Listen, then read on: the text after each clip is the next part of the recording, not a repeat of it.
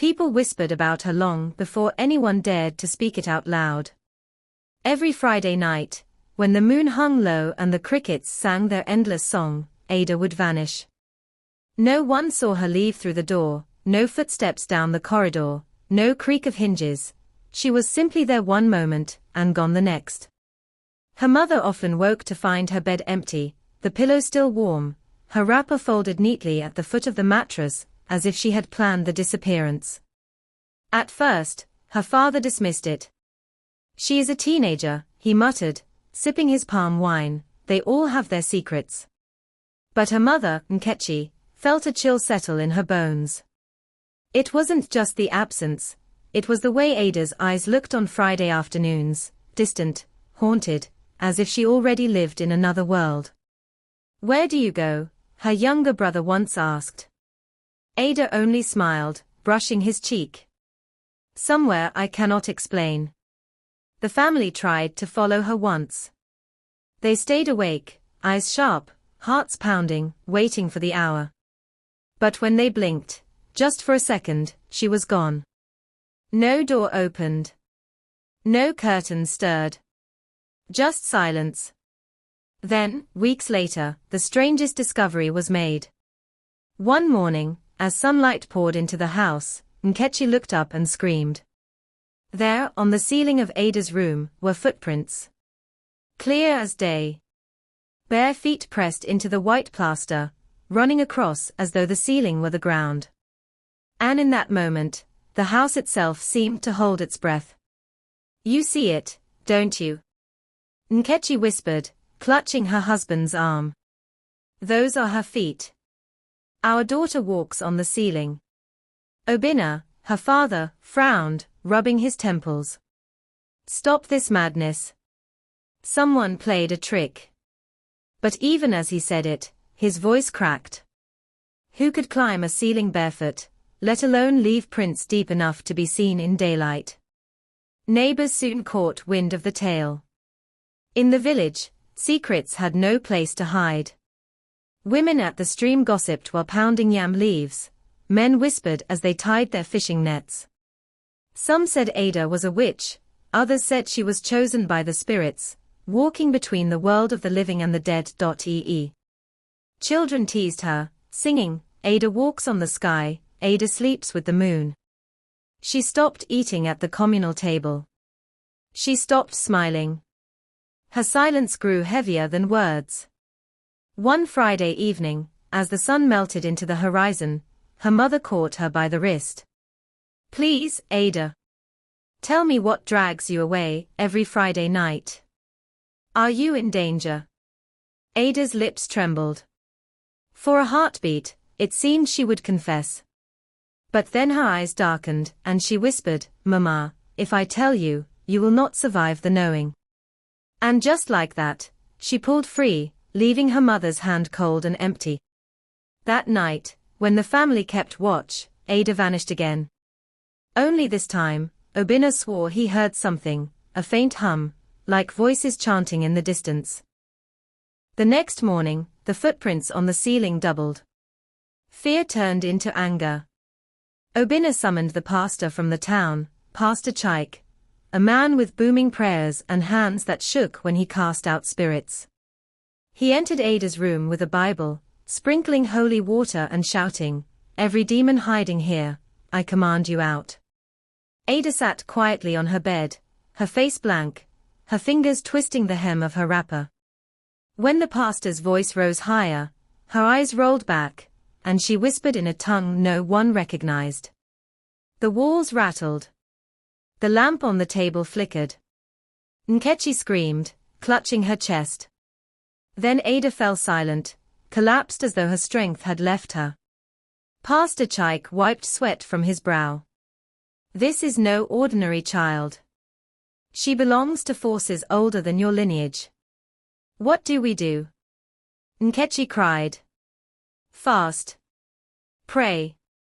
Watch her closely." But Ada only smiled faintly when she woke. "Your prayers will not change what has already been chosen." That night, Obinna locked every door, sealed the windows, and sat with a machete across his knees. If she tries to leave, I will stop her, he muttered. But when midnight came, Ada was gone. The locks untouched. The machete still across his lap. And when he raised his eyes, the footprints now stretched from the ceiling into the corridor. Enough! Obinna roared the next morning. If she won't speak, I will drag the truth out of her. He grabbed Ada by the shoulders. Where do you go? What covenant have you entered? Her eyes filled with tears. Papa, you think I chose this? Her voice cracked, heavy with pain. Every Friday, something calls me. It burns in my chest until I cannot breathe. If I resist, it feels as though fire is eating me alive. And when I give in, I wake up with no memory, only these footprints remain. The room fell silent. Nkechi collapsed into a chair, weeping. Her younger brother, Emeka, whispered, "Sister, maybe you are cursed." "No," Ada said firmly. "I am not cursed. But I am not free either." The family consulted a dibia, a traditional healer known for revealing hidden truths. He studied Ada with eyes sharp as blades.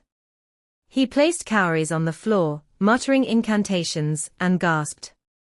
"This child carries the burden of the ancestors," he said. "But not her ancestors, someone else's. A lineage she does not belong to. The spirits claim her because a covenant was broken long before she was born." "What covenant?" Nkechi asked, trembling. The dibia's face darkened. "Her blood was exchanged before her birth. And until the debt is settled, the spirits will drag her every Friday night." Ada shivered, whispering, "Whose debt am I paying?" The dibia did not answer. Ada could not sleep that night. Her mother sat by the door, whispering prayers into the dark, but Ada knew it would not stop what was coming. The pull had already begun, like invisible chains tightening around her ribs. She clutched her wrapper, fighting tears. When the hour came, she tried to hold onto the bedpost, but her fingers slipped. Her body grew light, weightless. The room spun. She gasped, and in an instant, she was gone. But this time, Emeka had hidden under the bed, determined to see where she went. He swore later that a cold wind swept through the room, though the windows were shut. He heard whispers, low and ancient, like voices carried through hollow drums. Then Ada's body lifted slowly, her toes brushing the ceiling before she vanished into it. In the morning, Emeka told his parents everything. Obinna raged, smashing his fist against the wall. "So she is truly one of them, no daughter of mine will serve spirits." Nkechi slapped his arm, tears streaming down her face. "Do not speak that way. She is your blood. Whatever this is, she did not ask for it." But the villagers had already begun to circle like vultures. Women stopped greeting Nkechi at the market. Children pointed at Ada, whispering witch. Even at church, some refused to sit near her. The family's name grew heavy with shame. And Ada herself, though defiant in silence, felt the weight of their stares. She whispered to her brother one evening, "Do you think I'm still me, Emeka? Or am I something else entirely?" Emeka, young but loyal, answered softly, "You're my sister. That's all I know." Yet even he trembled when he saw the fresh footprints crawling higher up the walls each week. One Friday, Obinna tried something different. He gathered 3 men from the village, strong men with arms hardened by farm work, and told them to guard Ada's room. They brought ropes, charms, and even iron chains, convinced they could hold her down. "Tonight, we will know the truth," Obinna declared. They tied Ada's wrists and ankles. The men sat close, their eyes sharp, sweat glistening under the lantern's flame. Ada said nothing, though her chest rose and fell quickly. The hour drew near. The room grew colder, the lantern flickering though there was no wind. Then it began. Ada's body arched, her mouth opening in a silent scream. The ropes tightened, but her skin shimmered strangely, as though light was breaking through her veins. The men panicked. One shouted, "Tie her tighter." Another whispered, "This is no human strength." Suddenly, the rope snapped, clean, as if cut by unseen blades. Ada rose slowly, her eyes glowing faintly, her face both familiar and unrecognizable. The chains rattled uselessly on the floor. The men fled, screaming into the night. Obinna fell to his knees, unable to move. He watched as his daughter's body drifted toward the ceiling. "Papa," she whispered, her voice echoing strangely. "Don't hate me." And then she was gone. When dawn came, Obinna was still kneeling, his machete lying useless beside him. He said nothing to anyone. But inside, shame and fear burned like fire. For the first time, he wondered if blood truly bound them, or if Ada had been given to him by. The village council soon intervened. They called Obinna and Nkechi to the square, under the ancient Iroko tree where all judgments were passed. "Your daughter brings shame to our land," one elder said. "Every week she disappears. Every week the spirits mark her return. What if she brings misfortune on all of us?" "She is just a child," Nkechi pleaded. "She has harmed no one." But the murmurs of the crowd grew louder. Some shouted that Ada should be sent away. Others whispered darker things, that she should be cleansed in fire. Obinna stood tall, his jaw set. "No one will touch my daughter." But his voice shook, and the villagers heard it. That night, Ada sat outside the hut, staring at the moon. "Mama," she said softly, "maybe they're right. Maybe I should go." Nkechi pulled her close. "You will not leave me. Whatever this thing is, we will fight it together." Ada leaned into her mother's warmth, tears glistening in her eyes. But deep down, she knew, the spirits would never let her go. And the proof came the very next morning. This time, the footprints weren't just on the ceiling. They led out of her room, across the compound wall, and into the village square itself, high up, etched into the very air, like a warning no one could ignore. Do you want me to continue with parts 8 to 10 next, pushing the story deeper into the mystery and beginning the first major twist? Or would you prefer me to build even more tension before revealing any answers? By the next Friday, the entire village buzzed with fear. No one wanted to walk past Obinna's compound after sunset. Some women even refused to fetch water near their stream, saying Ada's spirit walked the banks at night. Nkechi tried to keep her daughter close, cooking her favorite yam porridge, singing lullabies she hadn't sung since Ada was small. But Ada sat quietly, barely touching her food. She whispered, "Mama, I don't know how much longer I can fight this. Every Friday, I lose more of myself." Emeka sat beside her. "Then let us follow you. Wherever you go, we'll go too." But Ada shook her head. "You wouldn't survive it." That night, when the pull began, Nkechi did something desperate. She held on to Ada with all her strength, wrapping both arms around her waist. At first, Ada trembled, gasping, "Mama, please, let go, it burns." But Nkechi held tighter, praying aloud, crying. Then it happened. For the first time, Nkechi felt it, the force that dragged her daughter. It wasn't just a pull. It was a tearing, like claws ripping her spirit from her flesh. Her vision blurred. She saw shadows swirling around them, figures without faces, whispering in voices that were not human. She screamed and fell backward. And in that instant, Ada vanished. But this time, when morning came, she didn't return to her bed. Her room was empty. The whole family searched until their voices grew hoarse, but Ada was gone. For 3 days, the village lived in silence. No one saw Ada. No footprints appeared. Nkechi wailed, tearing her wrapper, rolling in the dust. My daughter. My Ada. Obinna locked himself inside, drinking palm wine until his words slurred. Emeka sat by the road, staring into the forest, hoping his sister would walk out smiling like before. On the fourth day, just as hope was dying, Ada staggered back into the village. Her feet were bleeding. Her eyes were swollen from crying. She collapsed into her mother's arms. Where did you go? Nkechi sobbed. But Ada's voice was broken, whispering like dry leaves. Mama, they took me. Deep into the hills. Into a place where the ground was upside down, where people walked on the ceiling. I saw them, hundreds of them, faces hidden, chanting in a circle.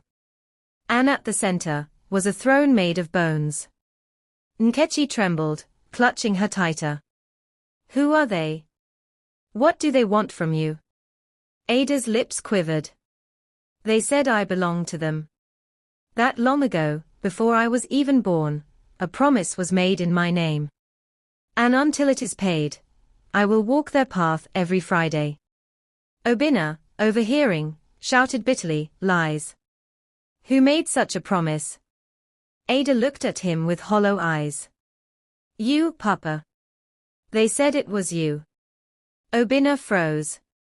The courtyard went silent. Nkechi turned slowly toward him, her face pale. What does she mean, Obinna? He stumbled back, shaking his head.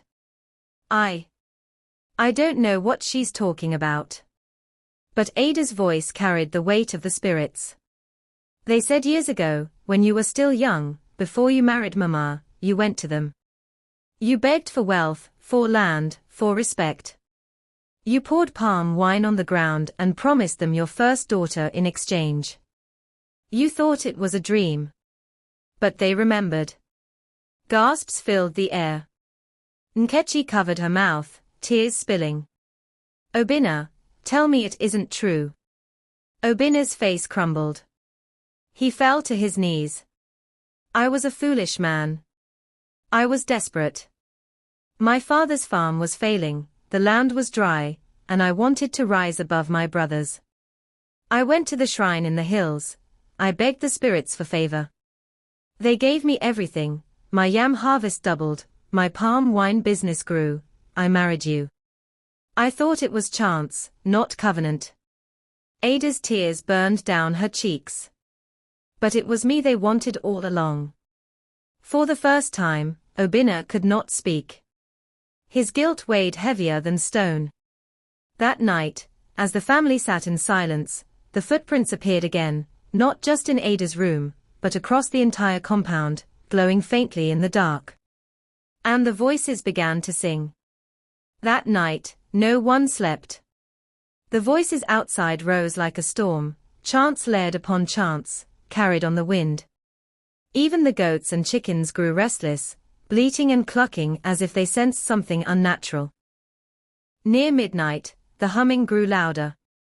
The air turned heavy, pressing down on them like a weight. Ada's body shook, and she cried out, Mama, they are pulling me again. Nkechi wrapped her arms around her, shouting prayers, but Ada's body lifted from the ground, her legs kicking. The ceiling cracked as faint footprints appeared above her. Suddenly, Emeka leapt forward. Take me instead, he screamed, clinging to his sister's waist. She is my sister, you cannot have her. For a moment, everything stopped. The room fell silent. Ada dropped back onto the mat, gasping. And then a voice, deep, echoing, not from one mouth but many, filled the air. It is not the boy we seek. It is the debt. The father's promise must be fulfilled. Obinna fell to his knees, sobbing. Take me instead. Take my life. Spare my child. The voice rumbled with cruel laughter. Your blood cannot pay for what was promised. Only hers will satisfy. Ada buried her face in her hands, weeping. But even in her tears, something flickered, anger, not just fear. The next morning, Ada surprised them all. She rose early, her wrapper tied firmly, her face set with a determination no one had seen before. "I will not keep running," she said, her voice steady. "If they want me, I will face them. I will find out the truth of this covenant and break it myself." Nkechi grabbed her hand. "No. They will kill you." But Ada shook her head. "Better to die fighting than to waste away in their chains." Obinna, broken by guilt, tried to protest. "I will go with you." "No, Papa," Ada interrupted, her tone sharp. "You are the reason for this. If I go alone, maybe they will listen. But if you come, they will destroy us both." Her words cut deep, but Obinna knew she was right. That evening, as the sun dipped behind the palm trees, Ada walked toward the hills, the place she had been dragged to in spirit. Emeka tried to follow, but she turned, placing her palm gently on his chest. "Stay. Protect Mama. If I don't return, remember me not as cursed, but as someone who chose her fight." Nkechi fell to her knees, crying, "Ada, please. You are my first fruit, my joy, don't let them take you." Ada smiled faintly. "Mama, you taught me that even a small flame can burn through darkness. I will not be their prisoner forever." As she disappeared into the shadows of the forest, the air shifted, like the entire village was holding its breath. And somewhere deep in the hills, drums began to beat. The path into the hills was not one Ada had ever taken with her feet, yet it felt familiar, like her body had walked it 100 times in dreams. The trees grew taller, their branches twisting like arms pointing the way. Strange symbols glowed faintly on the ground. She stepped carefully, heart pounding. Finally, she reached the clearing. Just as she had seen before, there was the circle of faceless figures, their robes dark as night, their voices chanting in rhythms that shook the earth. At the center, the throne of bones gleamed under the moonlight. This time, they all turned toward her. The leader's voice thundered, "You have come willingly. At last, the debt will be sealed." Ada raised her chin, though her knees trembled. "I did not make that promise. I did not pour that palm wine. Why should I suffer for another's greed?" The figures laughed, a sound like dry leaves scraping stone. "The blood of a child carries the debt of the father. Such has it always been." But Ada's anger burned brighter than her fear. "Then I reject your law. My blood is mine. My life is mine. If Obinna made a promise, let him answer for it, but I will not." The throne of bones shook, dust falling from its frame. The figures hissed. "You dare defy us?" Ada took a step forward. "Yes. Tonight, I walk this ground not as your servant, but as your challenger. If my footprints can stain the ceiling of the living, then let them also mark the heavens of the spirits." And with those words, she stamped her bare foot onto the earth. Light burst from the ground, scattering the circle of shadows. For the first time, the spirits recoiled. The ground trembled beneath Ada's feet. The circle of spirits staggered back, their faceless heads turning toward her in disbelief. Never before had a mortal stamped against them, yet here she stood, her body glowing faintly, her breath ragged but defiant. "You were promised to us," the leader thundered, its voice cracking the trees. "You belong here as payment." Ada's chest heaved. "I belong to no one. My life is not currency. My breath is not debt." As she spoke, something shifted. She saw faces forming in the mist behind the spirits, men and women, children and elders, trapped souls who had once been claimed by the same covenant. Their eyes glowed with sorrow, but also with hope, as if her words reached them. One stepped forward, a woman with braided hair, her form flickering like smoke. "Child," she whispered, "the bond can only be broken if truth meets truth. You must call out the name of the one who bargained you. Only then will the chain reveal itself. Ada's heart pounded. She raised her voice, trembling but steady. Obinna, she cried into the night. Obinna, son of Ease, you bound me to this fate. Come forth, if you are man enough to face what you did. Back in the village, Obinna was woken by a force dragging him from his mat. His body moved against his will, pulled into the forest, his cries echoing in the night. Nkechi and Emeka chased after him, but the wind howled so loud they could barely hear his voice. By the time he reached the clearing, Obinna was on his knees before the spirits, shaking. His eyes met Ada's, full of guilt, fear, and something else, shame. Father, Ada said, her voice breaking, speak the truth. And Obinna wept. I did it. I was the one. I promised my first child for riches, and when you were born, I prayed it would not come to this. Forgive me, Ada. Forgive me. The throne of bones shuddered. The spirits hissed, their power trembling. The chain had been named. The spirits surged forward, their forms twisting with rage. A promise is a promise. The blood must still be paid. Ada stood tall, her tears shining in the moonlight. Then take me if you dare, but know this, I walk with more than fear. I walk with the truth. And truth cannot be chained. She stretched her arms wide, and suddenly the glowing footprints that had haunted her ceiling for months appeared in the clearing, stamping across the air, across the ground, across the sky itself.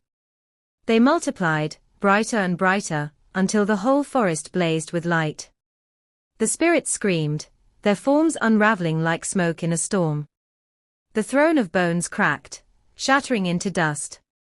The trapped souls behind them were released, their faces lifting with joy as they dissolved into freedom.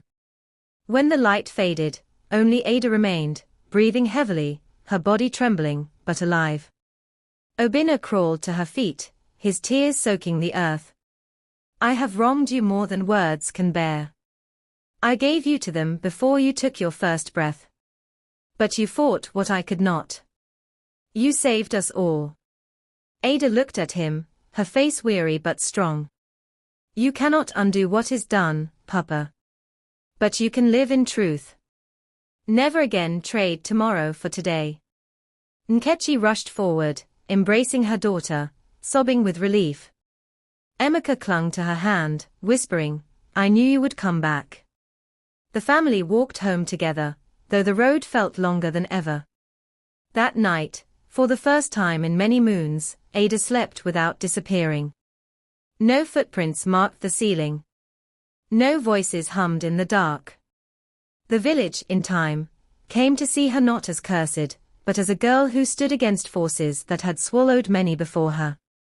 She became a lesson whispered to children, that courage, once lit, can burn even through the thickest darkness. And Ada herself carried one truth for the rest of her days: your life is never a debt, unless you choose to bow your head. Medium dark skin tone, hand pointing right. If this story moved you, don't just scroll away, hit that like button to show your support. Share this video so others can learn from Ada's courage. And most importantly, subscribe and turn on notifications, because more powerful African stories are coming your way every week. Your support keeps these stories alive. Medium dark skin tone, hand pointing left.